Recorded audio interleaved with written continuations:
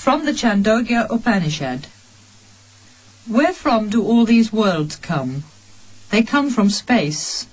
All beings arise from space, and into space they return. Space is indeed their beginning, and space is their final end. Prajapati, the creator of all, rested in life-giving meditation over the worlds of his creation, and from them came the 3 Vedas. He rested in meditation, and from those came the 3 sounds, Bhur, Bhuvas, Svar, earth, air and sky. He rested in meditation, and from the 3 sounds came the sound Om. Even as all leaves come from a stem, all words came from the sound Om. Om is the whole universe. Om is in truth the whole universe. Great is the Gayatri, the most sacred verse of the Vedas. But how much greater is the infinity of Brahman? A quarter of his being is this whole vast universe. The other 3/4 are his heaven of immortality. There is a light that shines beyond all things on earth, beyond us, beyond the heavens, beyond the highest, beyond the very highest heavens. This is the light that shines in our heart. All this universe is in truth Brahman. He is the beginning and end and life of all. As such, in silence, give unto him adoration. Man in truth is made of faith. As his faith is in this life, so he becomes in the beyond. With faith and vision There is a spirit that is mind and life, light and truth and vast spaces. He contains all works and desires, and all perfumes and all tastes. He enfolds the whole universe, and in silence is loving to all. This is the spirit that is in my heart, smaller than a grain of rice, or a grain of barley, or a grain of mustard seed, or a grain of canary seed, or the kernel of a grain of canary seed. This is the spirit that is in my heart, greater than the earth, greater than the sky, greater than heaven itself, greater than all these worlds. He contains all works and desires, and all perfumes, and all tastes. He enfolds the whole universe, and in silence is loving to all. This is the spirit that is in my heart. This is Brahman. To him I shall come when I go beyond this life, and to him will come he who has faith and doubts not. Thus said Sandilya. I go to the imperishable treasure, by his grace, by his grace, by his grace. I go to the spirit of life, by his grace, by his grace, by his grace. I go to the spirit of the earth, by his grace, by his grace, by his grace. I go to the spirit of the air, by his grace, by his grace, by his grace. I go to the spirit of the heavens, by his grace, by his grace, by his grace. A man is a living sacrifice. The first 24 years of his life are the morning offering of the Soma wine, because the holy Gayatri has 24 sounds, and the chanting of the Gayatri is heard in the morning offering. The Vasus, the gods of the earth, rule this offering.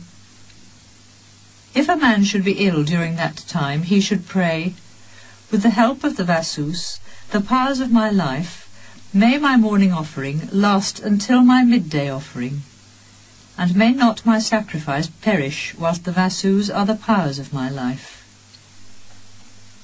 The next 44 years of his life are the midday offering of the Soma wine, because the holy Trishtuba has 44 sounds, and the chanting of the Trishtuba is heard with the midday offering. The Rudras, the gods of the air, rule this offering. If a man should be ill during that time, he should pray, "With the help of the Rudras, the powers of my life, may my midday offering last until my evening offering, and may not my sacrifice perish whilst the Rudras are the powers of my life." The next 48 years of his life are the evening offering, because the holy Jagati has 48 sounds, and the chanting of the Jagati is heard with the evening offering. The Adityas, the gods of light, rule this offering. If a man should be ill during that time, he should pray, "With the help of the Adityas, the powers of my life, let my evening offering last until the end of a long life, and may not my sacrifice perish whilst the Adityas are the powers of my life." Mahidasa Aitareva knew this when he used to say, "Why should I suffer an illness when I am not going to die?" And he lived 116 years. We should consider that in the inner world Brahman is consciousness, and we should consider that in the outer world Brahman is space. These are the two meditations. Once Satyakama went to his mother and said, "Mother, I wish to enter upon the life of a religious student. Of what family am I?" To him she answered, "I do not know, my child, of what family thou art. In my youth I was poor, and served as a maid many masters, and then I had thee. I therefore do not know of what family thou art.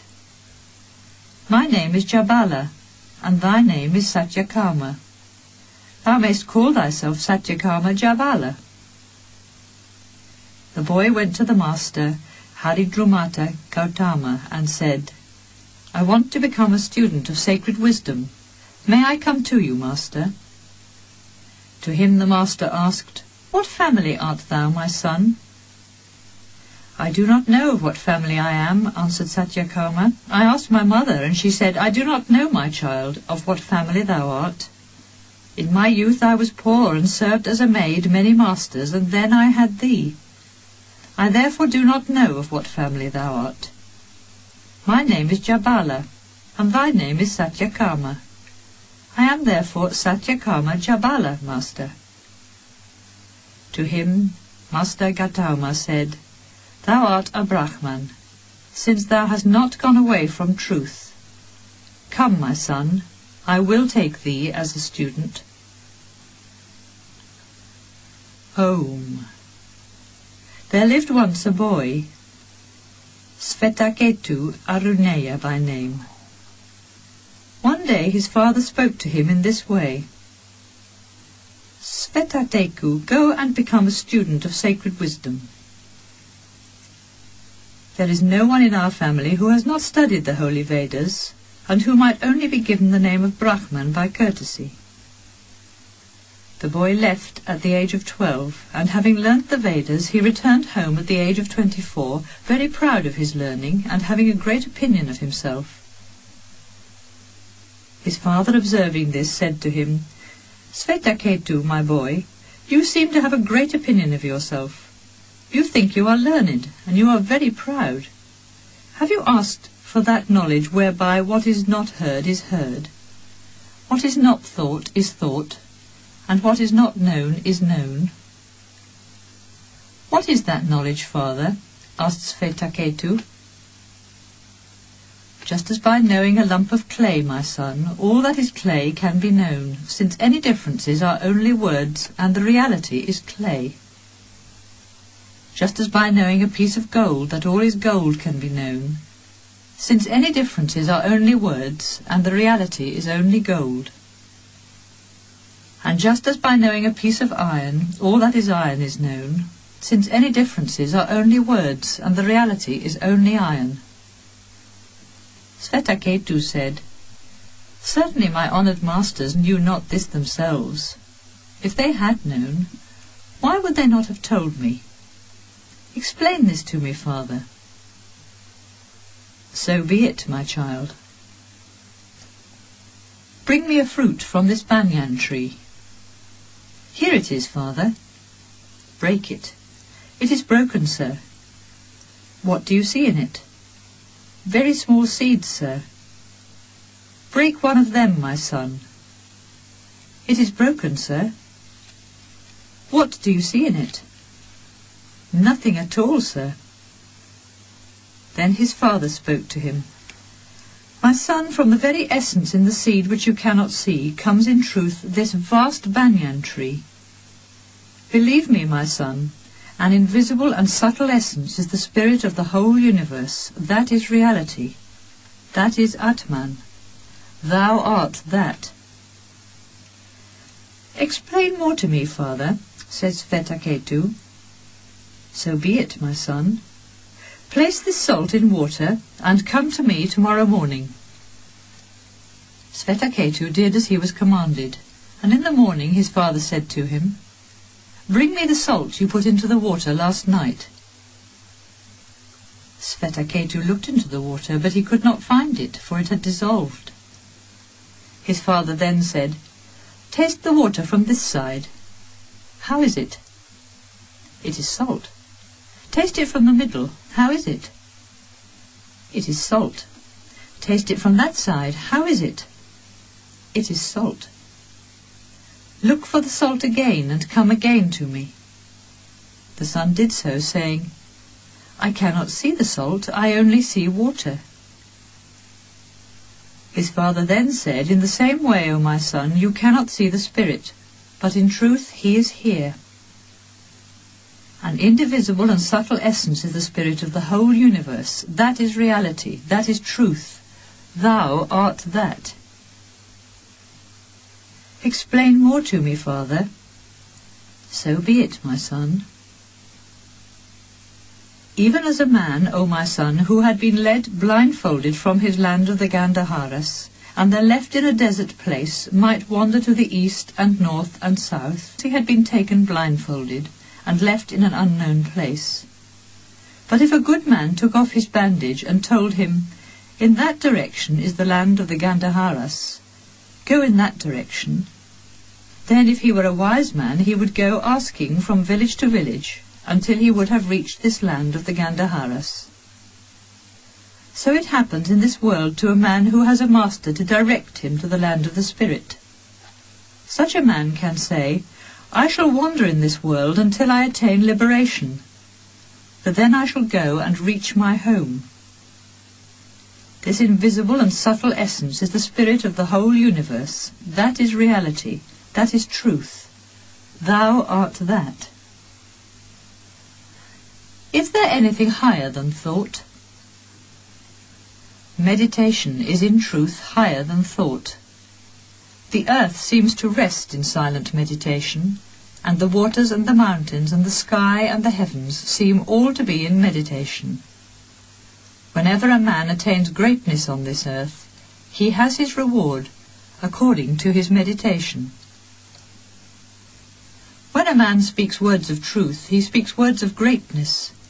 Know the nature of truth. When a man knows, he can speak truth.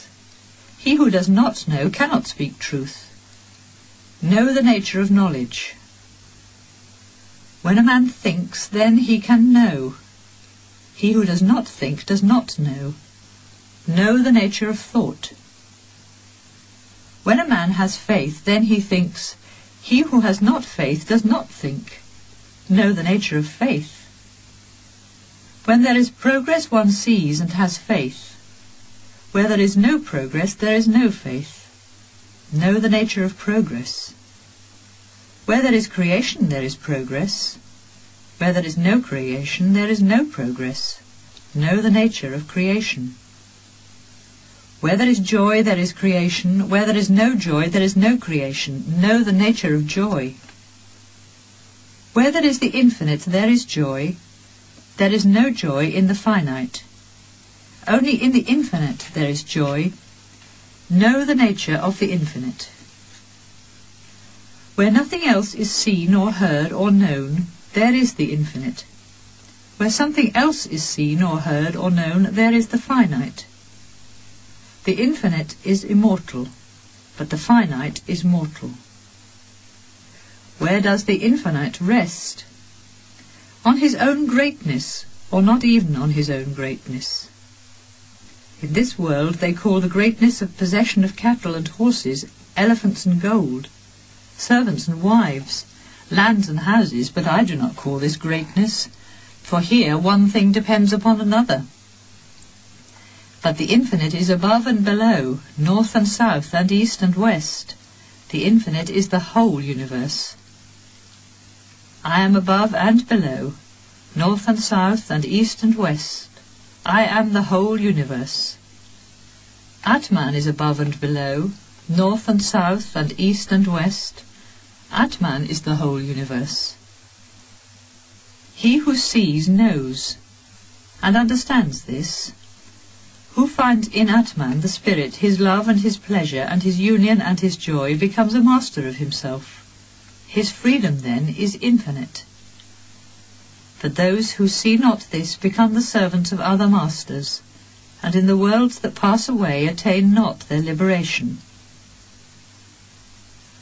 Om. In the centre of the castle of Brahman, our own body, there is a small shrine in the form of a lotus flower, and within can be found a small space. We should find who dwells there, and we should want to know him. And if anyone asks, who is he who dwells in a small shrine in the form of a lotus flower in the centre of the castle of Brahman? Whom should we want to find and to know? We can answer, the little space within the heart is as great as this vast universe. The heavens and the earth are there, and the sun and the moon and the stars. Fire and lightning and winds are there, and all that now is, and all that is not. For the whole universe is in him, and he dwells within our heart. And if they should say, if all things are in the castle of Brahman, all be desires, what remains when old age overcomes the castle, or when the life of the body is gone? We can answer, the spirit who is in the body does not grow old and does not die, and no one can ever kill the spirit who is everlasting. This is the real castle of Brahman, wherein dwells all the love of the universe.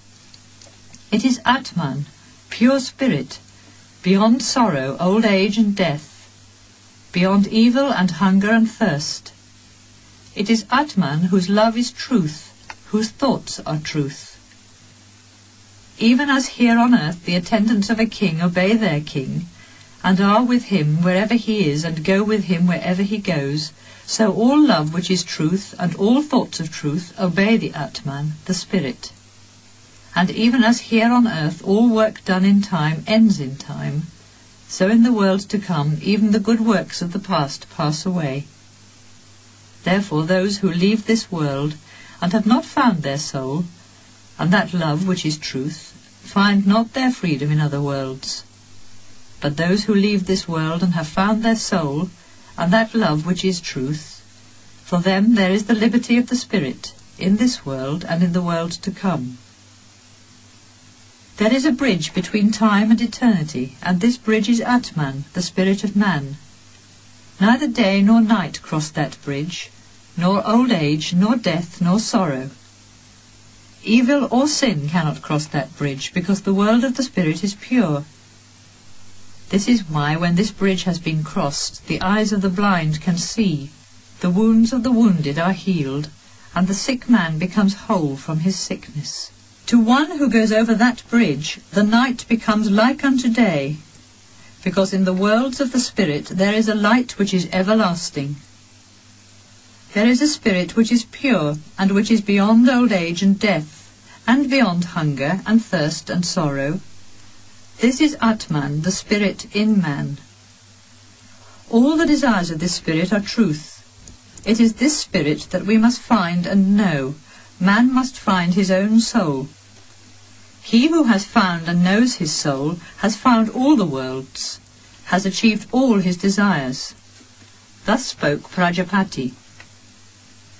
The gods and the devils heard these words, and they said, Come, let us go and find the Atman. Let us find the soul, so that we may obtain all our desires.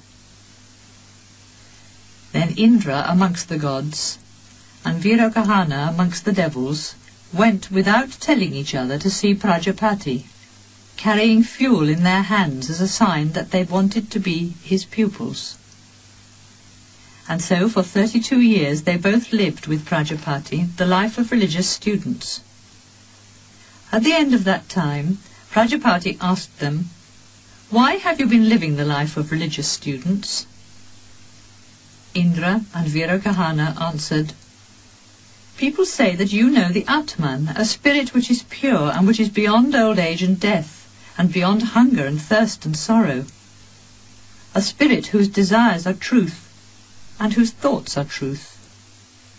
And that you say that this spirit must be found and known, because when he is found, all the worlds are found, and all desires are obtained. This is why we have been living here as your pupils." Prajapati said to them, "What you see when you look into another person's eyes, that is the Atman, immortal, beyond fear. That is Brahman." "And who is he whom we see when we look in water or in a mirror?" they asked. "The same is seen in all," he answered. And then he said to them, "Go and look at yourselves in a bowl of water, and ask me anything you want to know about the Atman, your own self."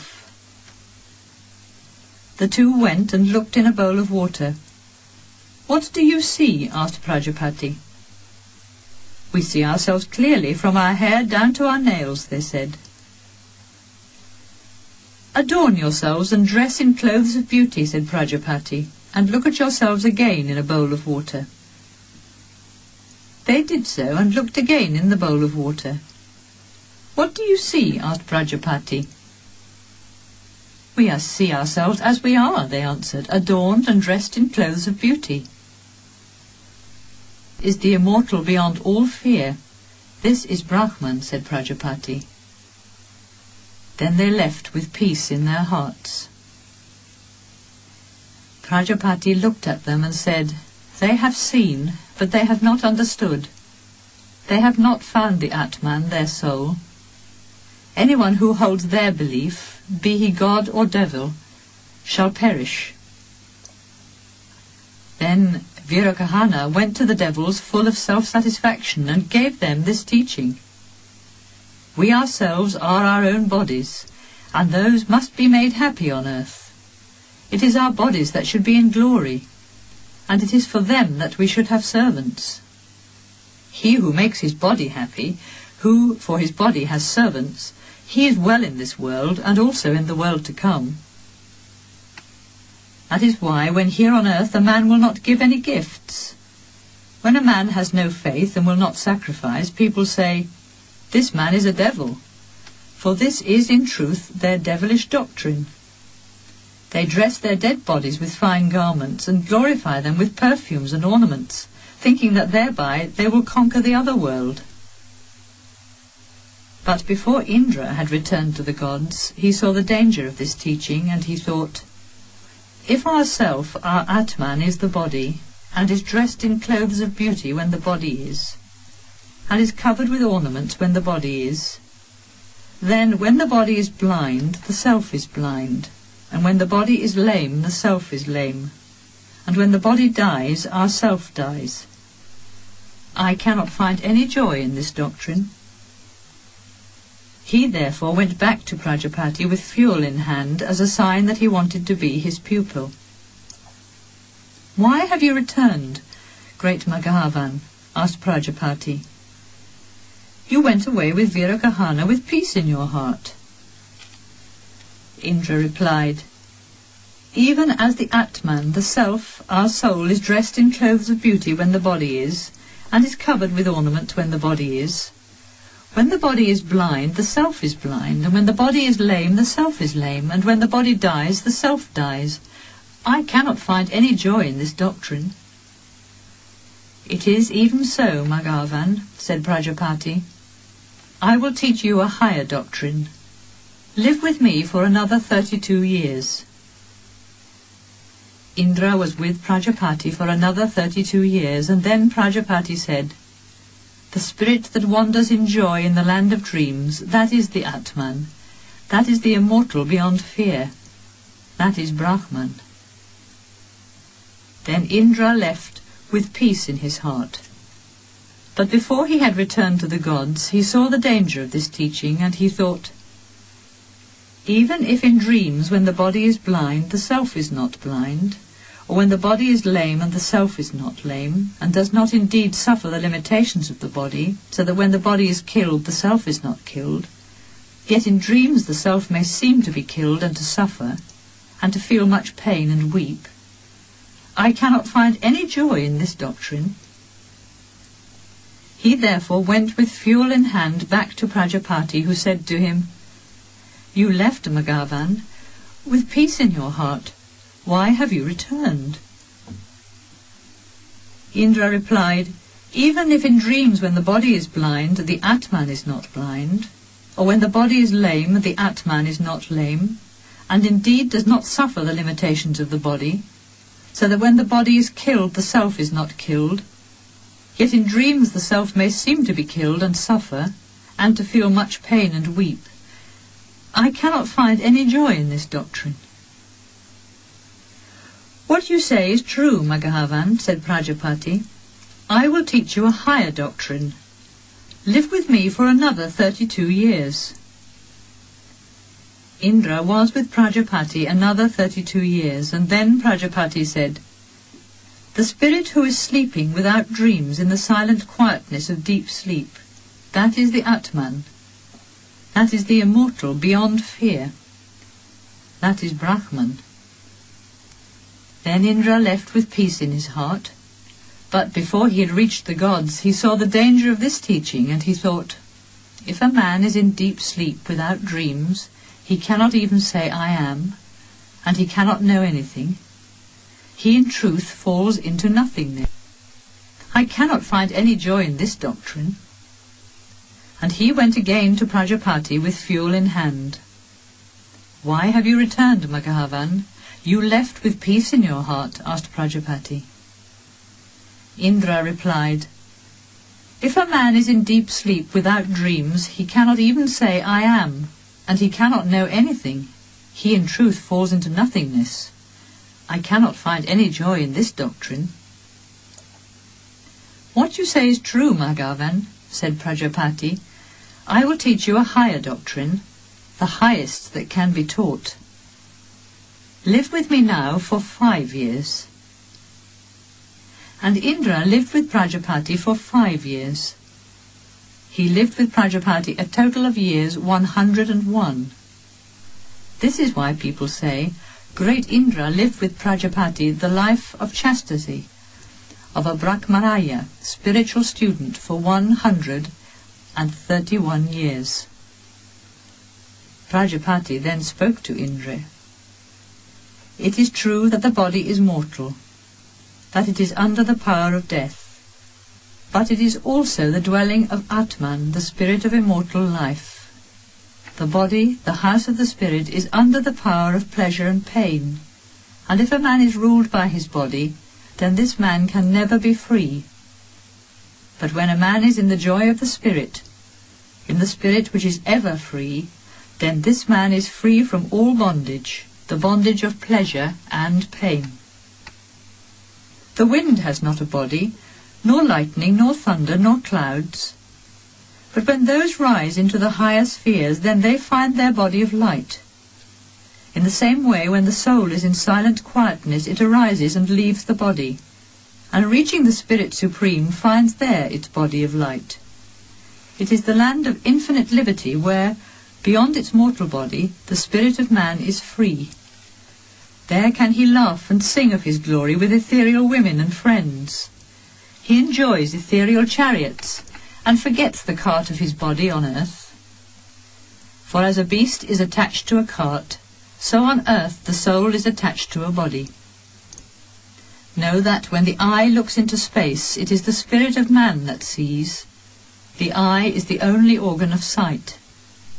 When one says, "I feel this perfume," it is the spirit that feels. He uses the organ of smell. When one says, "I am speaking," it is the spirit that speaks. The voice is the organ of speech. When one says, "I am hearing," it is the spirit that hears. The ear is the organ of hearing. And when one says, "I think," it is the spirit that thinks. The mind is the organ of thought. It is because of the light of the spirit that the human mind can see and can think and enjoy this world. All the gods in the heaven of Brahman adore in contemplation their infinite Spirit Supreme. This is why they have all joy, and all the worlds and all desires. And the man who on this earth finds and knows Atman, his own self, has all his holy desires, and all the worlds and all joy. Thus spoke Prajapati. Thus in truth spoke Prajapati.